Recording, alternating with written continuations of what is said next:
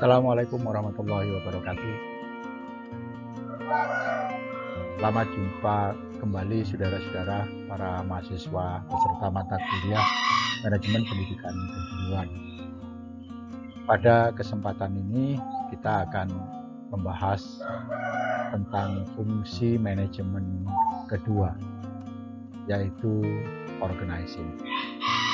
Sumber yang kita pakai tetap dari Robbins dan Walter. Untuk materi ini kita ambil dari chapter 10, dari bab 10. Begitu juga PowerPoint-nya adalah PowerPoint yang menyertai bahan dari bukunya Robbins dan Walter itu. Saudara, sebagaimana sudah saya sampaikan sebelumnya bahwa fungsi manajemen itu ada 4. Yang pertama adalah perencanaan. Kemudian dilanjutkan dengan pengorganisasian. Ketiga adalah leading atau memimpin. Dilanjutkan dengan fungsi keempat, controlling. Begitu seterusnya, dan hari ini fokus pembicaraan kita adalah pada fungsi organisasi.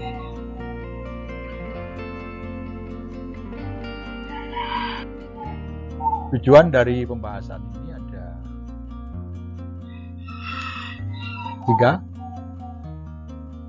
Yang pertama, Anda nanti diharapkan bisa menjelaskan 6 elemen kunci dari desain organisasi.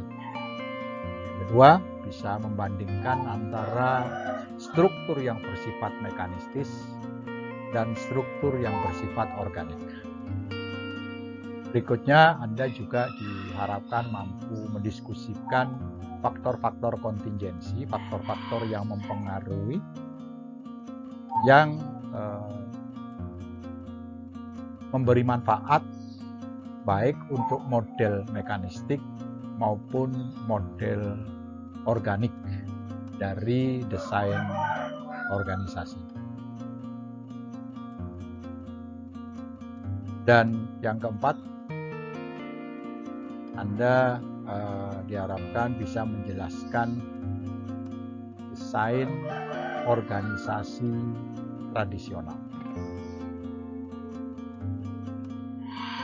Saudara, struktur organisasi itu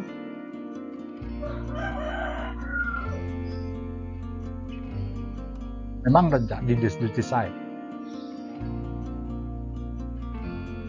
Nah, pada kesempatan ini kita akan tinjau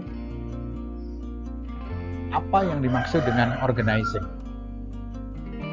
Organizing adalah menata dan membuat struktur kerja untuk mencapai tujuan organisasi. Dan lagi saya sampaikan di sini yang menjadi titik tumpu dari fungsi pengorganisasian, sebagaimana juga fungsi yang lain yaitu perencanaan yang sudah kita bahas, adalah tujuan organisasi. Jadi organizing itu dilakukan membuat tatanan, arrangement atau struktur organisasi dibuat untuk mencapai tujuan organisasi. Saudara, apa yang dimaksud dengan struktur organisasi?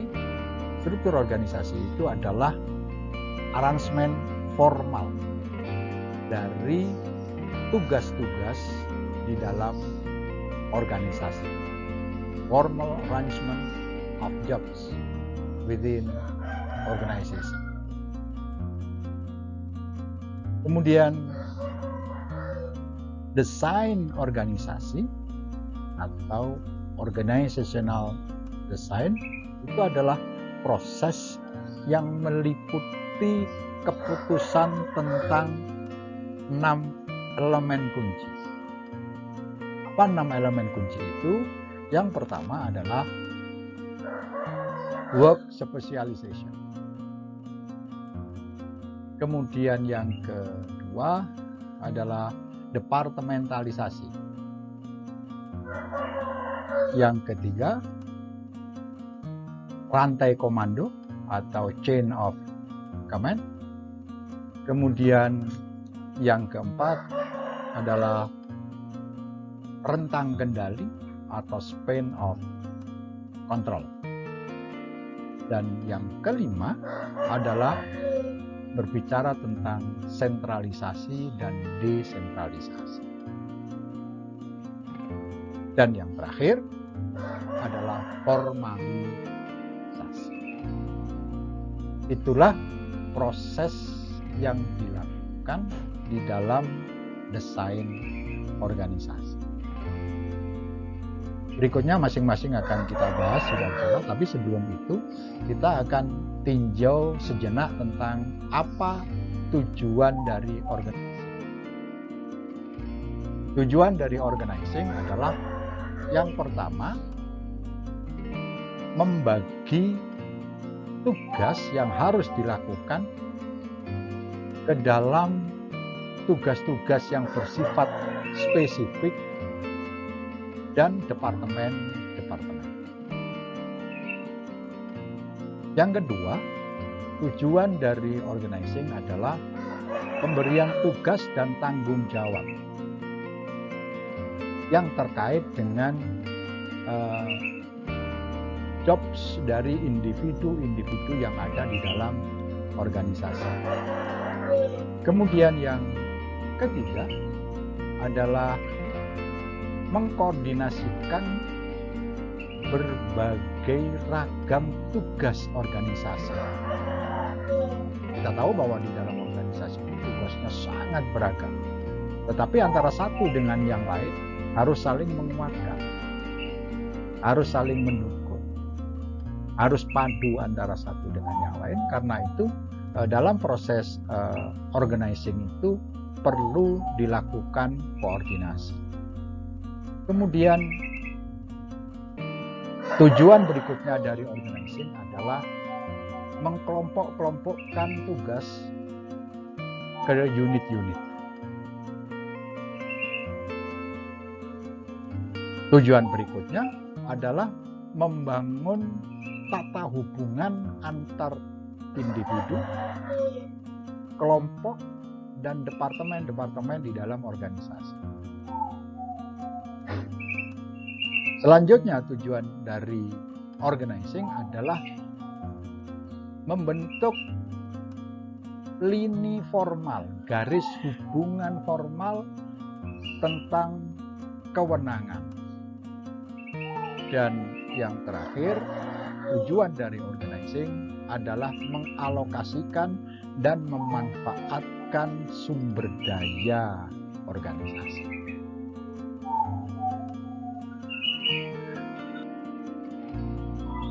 Berikutnya, saudara, kita akan bahas sedikit tentang masing-masing dari 6 elemen kunci desain organizing tadi, desain organisasi yang saya sudah sebutkan.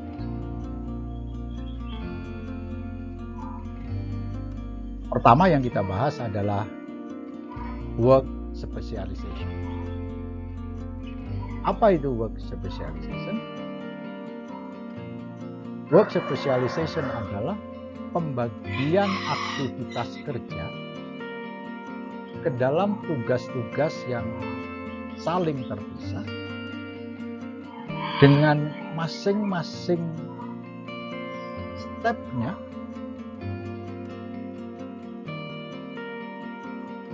harus dilakukan oleh orang-orang yang berbeda. Di proses work spesialisasi itu adalah memecah pekerjaan besar itu kepada pekerjaan-pekerjaan yang terpisah-pisah satu dengan yang lain dan harus diselesaikan oleh orang-orang yang berbeda. Di dalam spesialisasi kerja,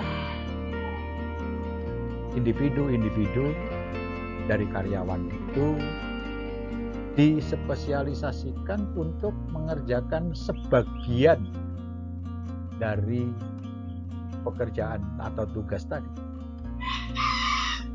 tidak melakukan secara keseluruhan.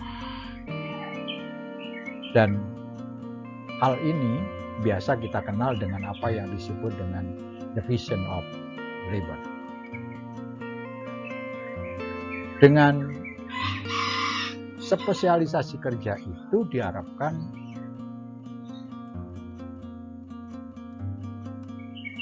pemanfaatan berbagai ragam keterampilan itu, memanfaatkan keterampilan yang dimiliki oleh masing-masing karyawan tadi itu menjadi efisien. Sudah. Berikutnya adalah departementalisasi. Departementalisasi itu adalah proses membagi kegiatan-kegiatan kerja ke dalam unit-unit. Jadi kalau spesialisasi kerja tadi menjadi bermacam-macam pekerjaan yang dilakukan oleh individu, kalau departementalisasi itu adalah membagi tugas-tugas kerja itu ke dalam unit-unit di dalam organisasi itu, bagian-bagian di dalam organisasi itu. Inilah proses pengelompokan ke dalam unit-unit itu yang disebut dengan departementalisasi. Kemudian ada beragam bentuk tentang departementalisasi. Tetapi yang paling umum itu ada 5. Yaitu departementalisasi fungsional. Departementalisasi fungsional itu adalah pengelompokan pekerjaan atau tugas berdasarkan fungsi dari pekerjaan itu. Kemudian departementalisasi berdasarkan produk, yakni pengelompokan pekerjaan sesuai dengan lini produknya, line of product. Kemudian ada juga departementalisasi yang bersifat geografis. Departementalisasi geografis itu merupakan pengelompokan tugas yang berbasis pada wilayah atau geografi. Ya. Kemudian departementalisasi berdasarkan proses, yaitu pengelompokan tugas berbasis pada aliran proses produksinya atau customer yang dilayaninya untuk jasa. Dan departementalisasi juga ada departementalisasi menurut karakteristik dari pelanggan atau customer yang dilayani, yakni pengelompokan pekerjaan berdasarkan tipe dari customer dan kebutuhan-kebutuhan mereka. Diagram-diagram berikut ini menjelaskan bagaimana 5 bentuk departementalisasi tadi. Ini misalnya ada departementalisasi yang bersifat fungsional. Karena itu pembagiannya di sini dilaksanakan sesuai dengan fungsi itu. Ya, ada manajer teknik, engineering manager, manajer keuangan, manajer manufaktur, manajer sumber daya manusia, dan manajer pengadaan logistik. Nah, di bawah ini, saudara, dijelaskan masing-masing keuntungan atau keunggulan dan kekurangan dari tipe departementalisasi. Begitu juga di bawahnya, di sini adalah departementalisasi secara geografis. Misalnya ada direktur wilayah barat, ya, kemudian direktur wilayah selatan, direktur wilayah barat, ya, tengah barat, kemudian direktur wilayah timur. Juga di sini dijelaskan masing-masing kelebihan dan kekurangan dari departementalisasi ini. Yang ini adalah produk departementalisasi berbasis produk. Misalnya di sini ada produk untuk sektor transit massal, angkutan massal. Ya, kemudian ini perusahaan alat transportasi, bombardir itu. Lalu ada produk yang berorientasi pada kebutuhan utilitas dan rekreasi, kendaraan utilitas dan rekreasi. Lalu juga ada departemen yang menangani tentang kendaraan di atas rel product sector. Ya, kemudian ke bawah itu dibagi lagi berdasarkan jenis produknya. Kemudian yang berikutnya adalah departementalisasi menurut proses. Kita tahu bahwa di dalam proses manufaktur misalnya ada proses sewing, planning, assembling, lacquering, finishing, inspecting. Ya, mulai dari pemotongan, penghalusan, perakitan, ya, kemudian penghalusan yang akhir, kemudian finishing, dan terakhir adalah pengawasan dan pengiriman. Ini berdasarkan proses produksinya. Dan yang terakhir adalah departementalisasi menurut karakteristik dari customer. Ya, ada di sini manajer yang menangani tentang retail, eceran. Ya, kemudian ada manajer yang menangani tentang penjualan bersifat wholesale accounts. Kalau biasanya kita ada beli eceran dan belanja borongan. Kemudian juga ada manajer yang khusus melayani pembelanjaan oleh pemerintah. Ini saudara-saudara yang berkaitan dengan jenis dari customer. Jadi customer ada customer yang beli eceran, customer yang beli secara borongan, ya, kemudian customer dari pemerintah. Nah, masing-masing itu punya plusnya, masing-masing punya minusnya. Saya harapkan saudara bisa mencermati sini. Setelah departementalisasi, saudara, kita akan membahas tentang chain of command, atau kita kenal dengan rantai komando. Rantai komando itu merupakan continuous line of authority that extends from upper levels of organization to the lowest levels of the organization.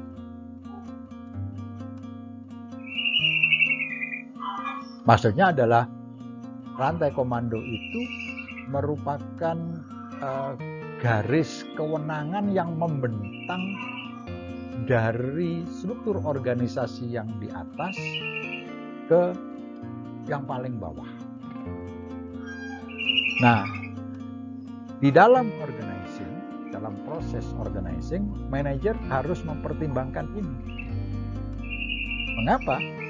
Karena dengan mempertimbangkan dan menerapkan chain of command itu, maka bawahan itu akan mendapat jawaban ketika mereka bertanya, kepada siapa saya harus bertanggung jawab?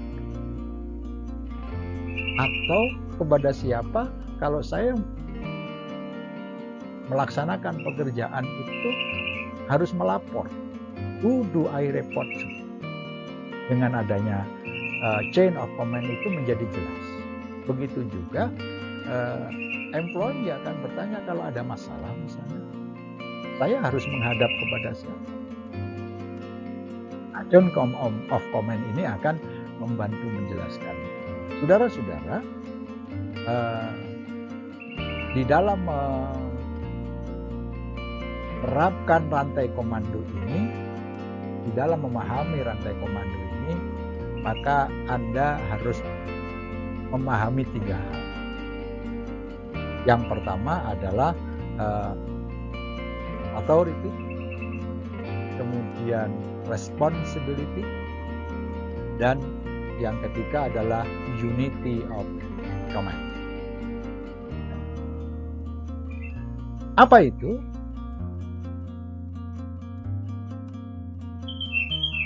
Dari 3 hal yang saya sebutkan itu, berikut adalah penjelasan masing-masing. Authority atau kewenangan itu adalah hak yang melekat atau yang menyertai posisi manajerial untuk memerintah orang dan meminta atau mengharapkan orang itu melakukan perintah.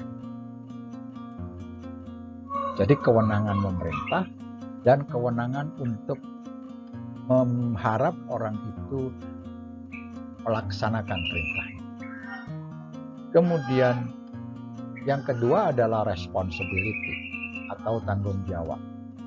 Tanggung jawab itu adalah kewajiban atau harapan yang harus dilakukan. Obligation or expectation to perform. Kemudian unity of command atau kesatuan komando, yakni sebuah konsep di mana satu orang di dalam organisasi hendaknya memiliki satu pimpinan, satu atasan atau satu bos. Dan hanya kepada orang itulah karyawan atau employee tadi harus melapor atau bertanggung jawab.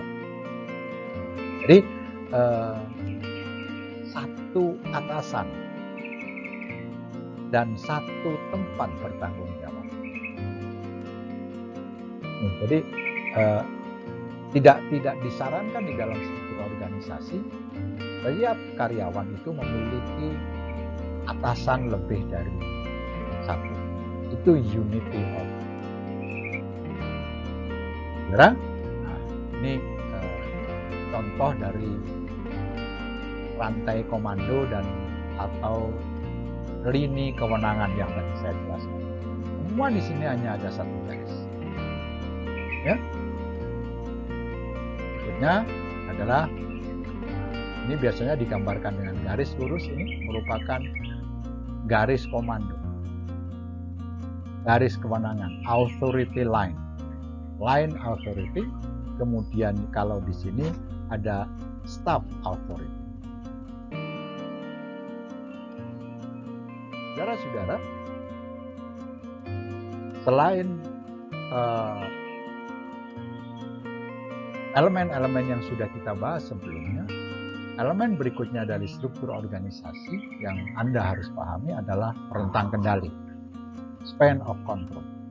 Apa itu span of control? Span of control adalah the numbers of employees who can be effectively and efficiently supervised by you. Yaitu jumlah karyawan yang dapat dipimpin oleh seorang manajer, yang disupervisi oleh seorang manajer secara efektif dan efisien. Ya, tentu makin sedikit yang bisa disupervisi, itu bisa makin efektif, tapi tidak efisien. Karena itu harus ada batasan tertentu seberapa besar line of control itu harus ada di dalam organisasi. Dan itu banyak faktor yang ya, faktor-faktor itu ini dijelaskan oleh Pak Robbins dan Colfer. Pertama, faktor keterampilan dan kemampuan dari manajer. Makin hebat seorang manajer, tentu bawahan makin banyak, tidak masalah. Karakteristik dari karyawannya, karakteristik dari pekerjaan yang harus dilakukan, kemudian kesamaan tugas, kompleksitas tugas, kemudian proximity fisik dari bawahan, kemudian standarisasi tugas, ya, kemudian tingkat kehebatan dari sistem informasi organisasi. Kalau sistem informasinya bagus, makin banyak orang yang di dalam kepemimpinan satu orang dengan span of control makin luas, itu tidak masalah. Tapi kalau sistem informasinya kurang bagus, maka sebaiknya tidak perlu terlalu banyak atau tidak perlu terlalu luas. Kemudian yang berikutnya yang mempengaruhi dari span of control adalah budaya organisasi. Ini kita akan bahas sendiri di lain kesempatan mengenai budaya organisasi. Dan ini yang terakhir, ya tergantung dari juga gaya dari preferensi atau kesukaan dari manajer. Ini faktor-faktor yang harus dipertimbangkan dan mempengaruhi orang ketika menentukan span of control. Nah, ini saudara-saudara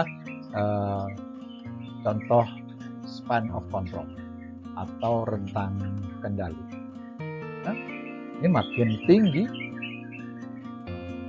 maka kecenderungannya ruang lingkupnya makin, span of controlnya makin sempit. Artinya orang yang di bawah itu masih ya. Kalau ada 7 level, maka jumlah karyawan di sini ada 4096. Punya atasan 1000, ini punya atasan 250 dan seterusnya dan seterusnya. Ini rupanya span of controlnya adalah 4. Jadi satu pimpinan itu membawai 4 manajer di bawah. Nah, kalau di sini span of control 8, makin melebar. Nah, ini semua tergantung dari faktor-faktor yang tadi sudah kita jelaskan. Saudara, elemen berikutnya dari struktur organisasi adalah sentralisasi. Sentralisasi itu adalah derajat di mana pembuatan keputusan itu terkonsentrasi pada level atas dari sebuah organisasi. Semakin tinggi konsentrasi pembuatan keputusan di puncak organisasi, berarti tingkat sentralisasi organisasi itu semakin tinggi. Lawan dari sentralisasi adalah desentralisasi. Desentralisasi itu terjadi ketika organisasi itu mendelegasikan, melimpahkan pembuatan keputusan itu kepada manajer-manajer yang ada di bawahnya, terutama kepada manajer-manajer yang paling dekat dengan tindakan operasional dari organisasi. Nah, seiring dengan desentralisasi itu, ada konsep apa yang disebut dengan employee empowerment atau pemberdayaan karyawan, yaitu peningkatan pemberian kewenangan untuk mengambil keputusan kepada employee. Jadi karyawan yang terberdayakan, yang berdaya itu adalah karyawan yang memiliki kewenangan atau power untuk membuat keputusan. Kalau mereka tidak punya kewenangan untuk membuat keputusan, maka dipandang bahwa karyawan itu kurang terberdayakan. Saudara, ini adalah perbandingan kapan sentralisasi itu digunakan dan kapan desentralisasi itu digunakan.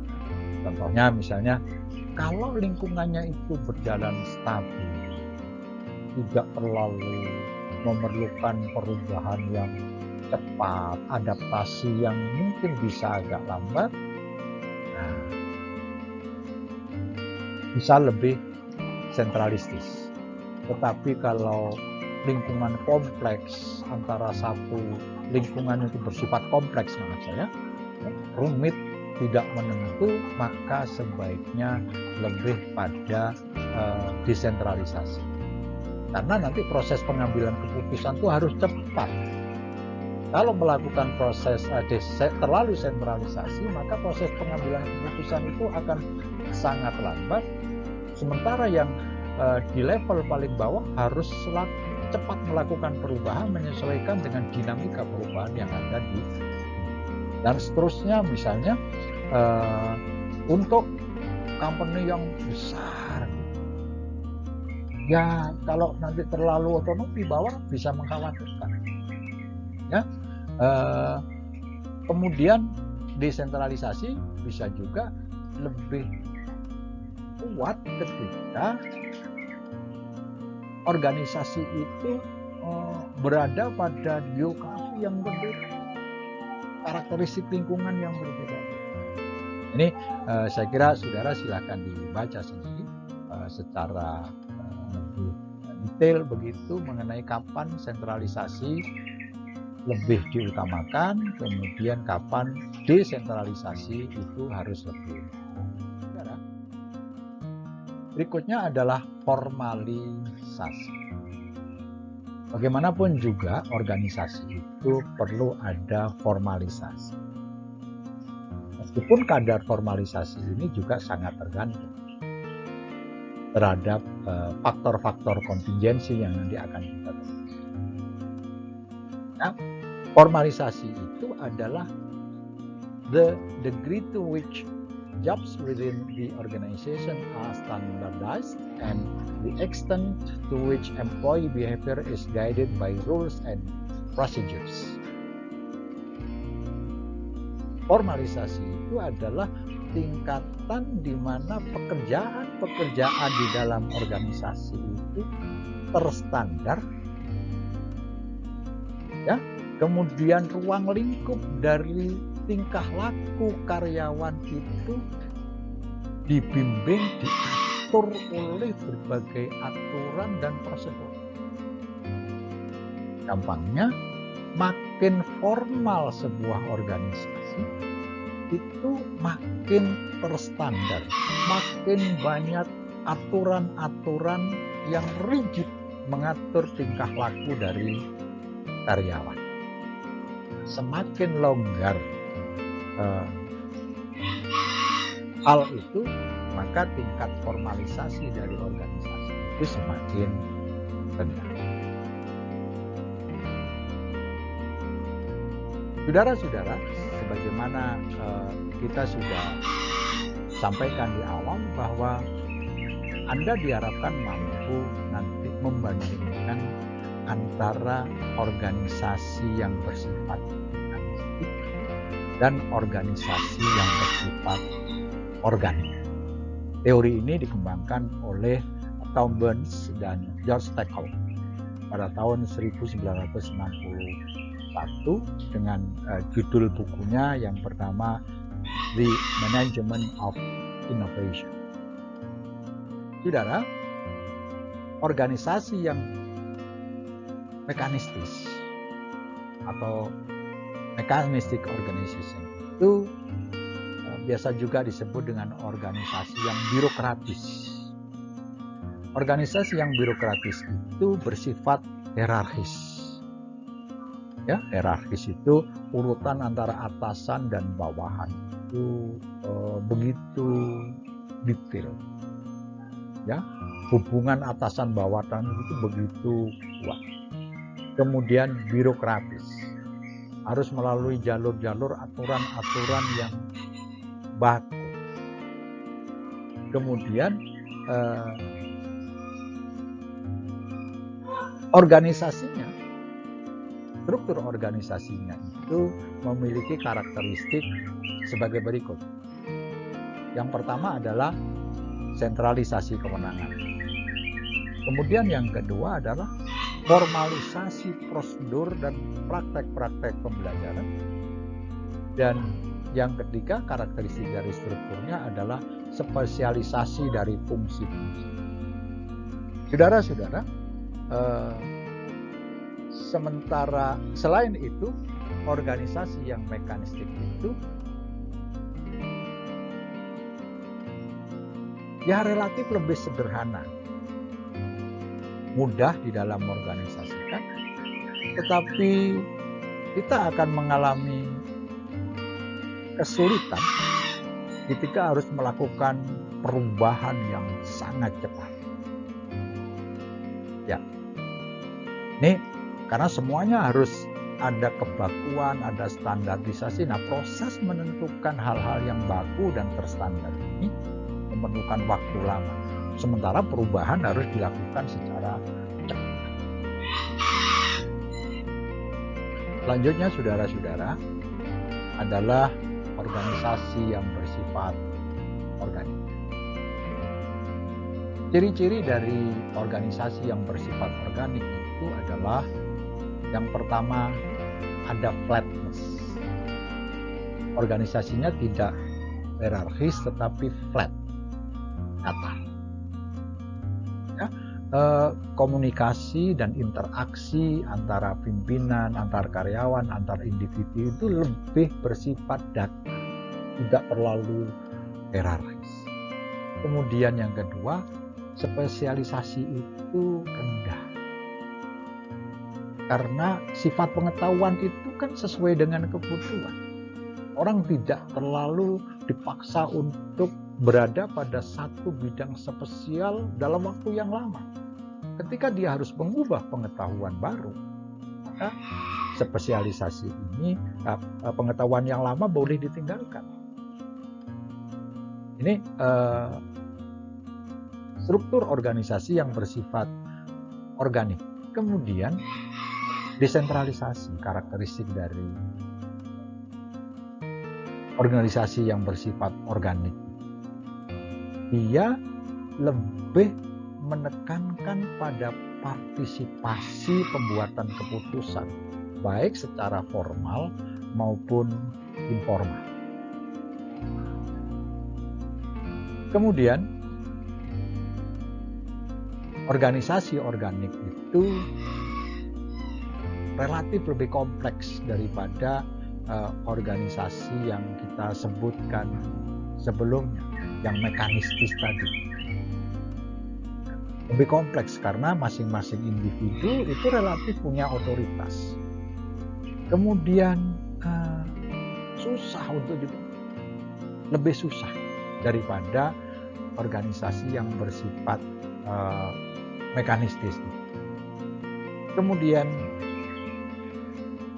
punya keunggulan di samping kelemahan, ya, kompleks dan susah untuk membangun, tetapi punya keunggulan, yaitu struktur ini lebih mudah beradaptasi, more adaptable, lebih fleksibel, kemudian lebih tepat ketika terjadi perubahan yang cukup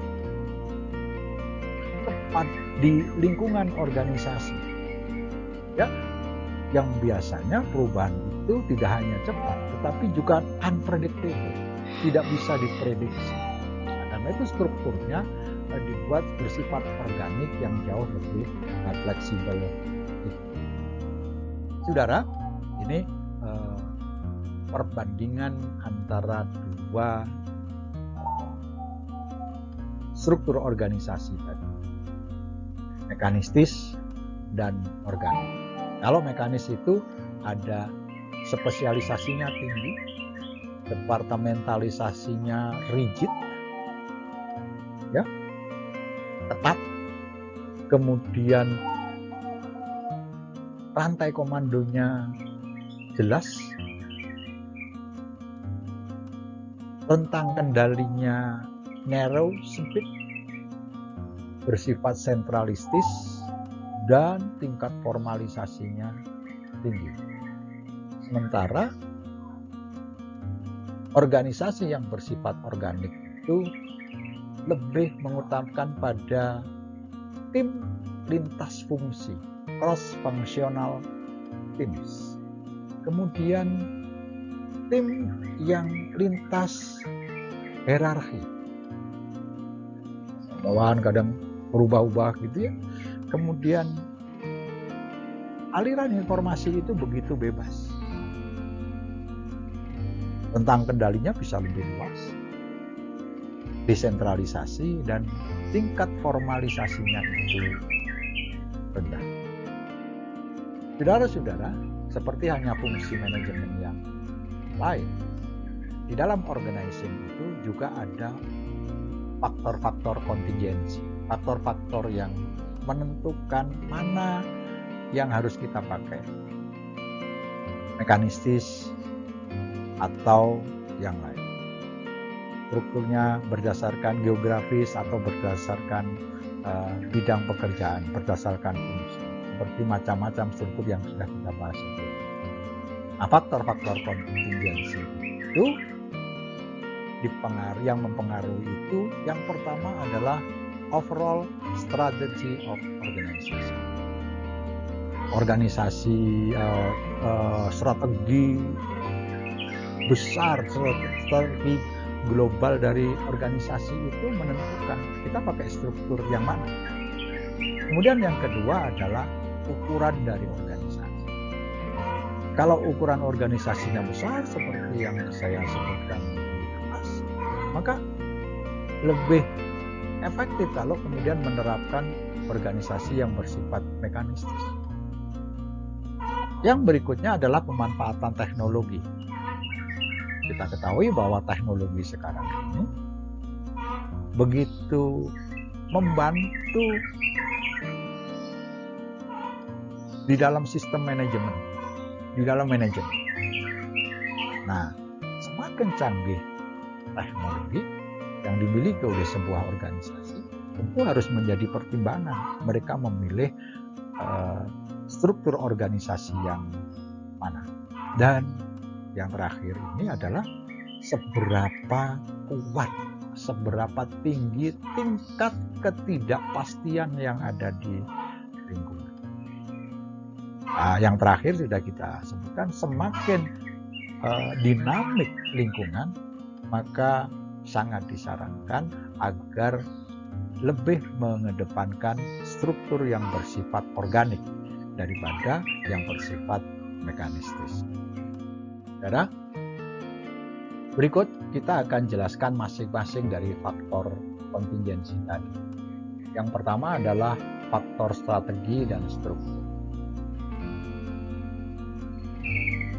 Kerangka strategi misalnya inovasi. Kalau ingin mendapatkan tingkat kompetitiveness atau daya saing yang lebih unggul melalui inovasi yang unik dan kita dianjurkan menggunakan struktur yang bersifat organik. Tetapi kalau kerangka strateginya itu menekankan pada minimalisasi biaya, maka fokusnya pada kontrol yang ketat akan sangat tepat kalau diterapkan organisasi yang bersifat mekanistis. Kemudian ukuran dan struktur. Hubungan antara ukuran dan struktur itu tentu menentukan struktur mana yang akan kita pilih. Ketika sebuah organisasi itu tumbuh semakin besar, maka strukturnya itu cenderung berubah dari organik ke mekanistik.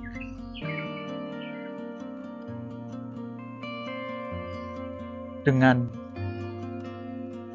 meningkatnya spesialisasi, departementalisasi, sentralisasi, dan aturan-aturan. Jadi ketika kecil ukuran organisasi mungkin efektif menerapkan organisasi struktur yang bersifat organik, tapi ketika semakin besar, ya, untuk memudahkan kendali, untuk memudahkan standarisasi, diperlukan struktur yang lebih mekanistis. Saudara-saudara, faktor berikutnya yang merupakan faktor kontingensi dari struktur yang harus dipilih adalah faktor teknologi. Struktur dari sebuah organisasi itu harus disesuaikan dengan teknologi yang dimiliki. Woodward itu mengklasifikasi perusahaan berdasarkan kompleksitas teknologinya. Ada yang teknologinya bersifat unit production. Ini biasanya formalisasinya rendah dan seterusnya.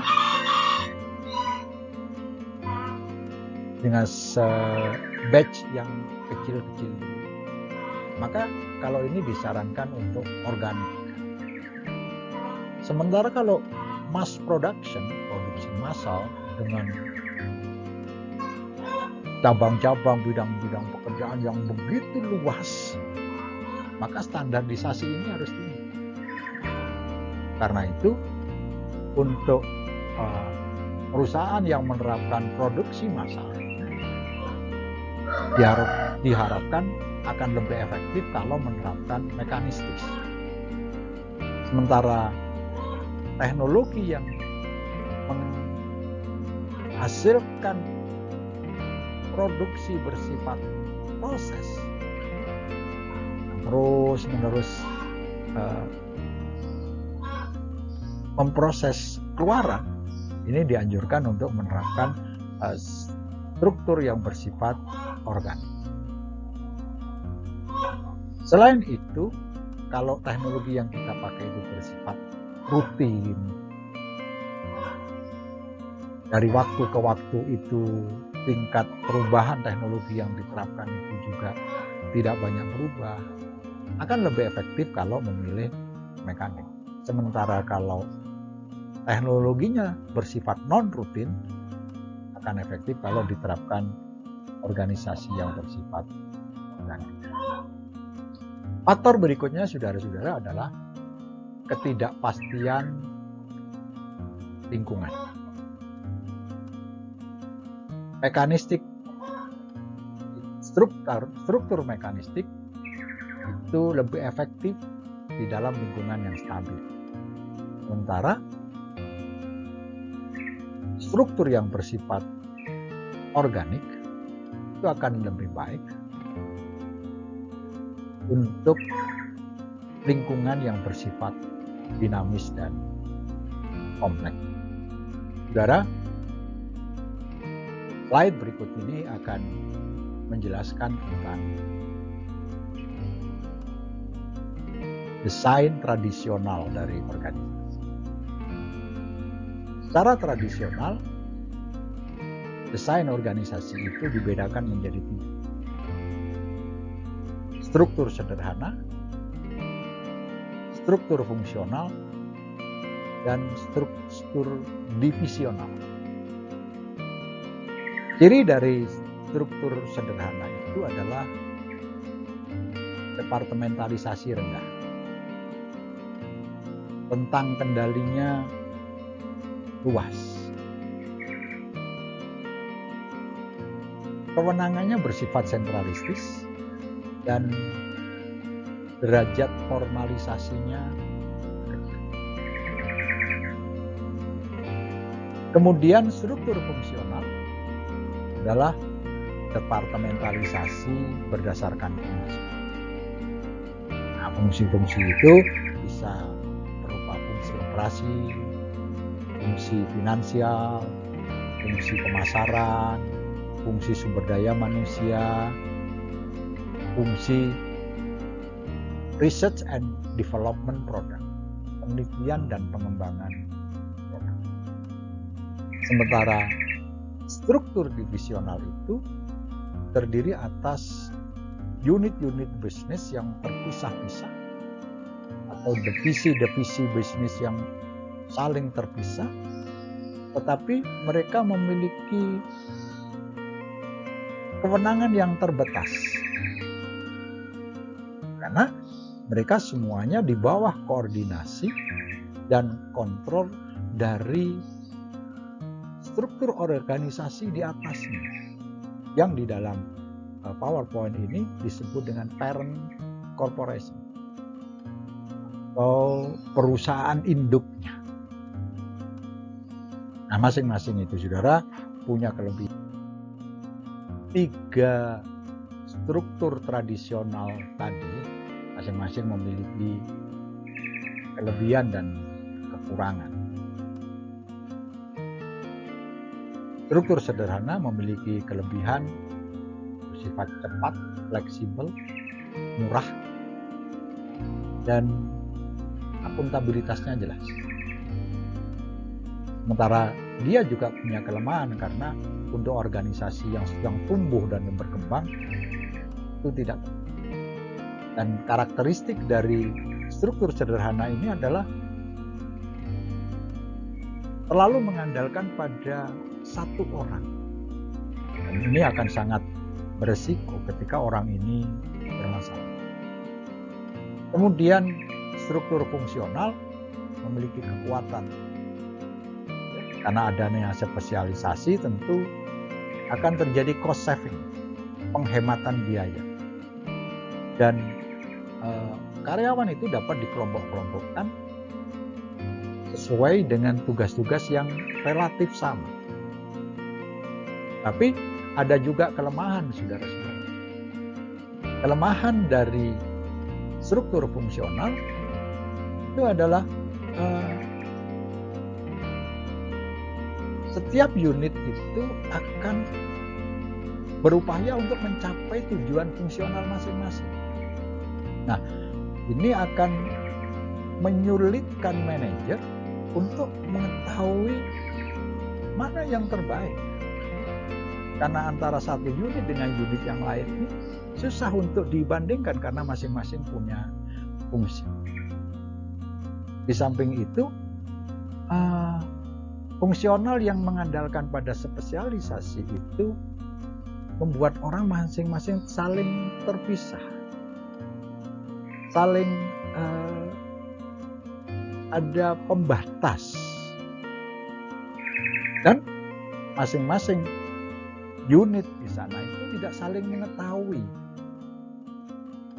atau pengetahuan antar unit itu menjadi lebih rendah karena mereka fokus pada fungsinya masing-masing.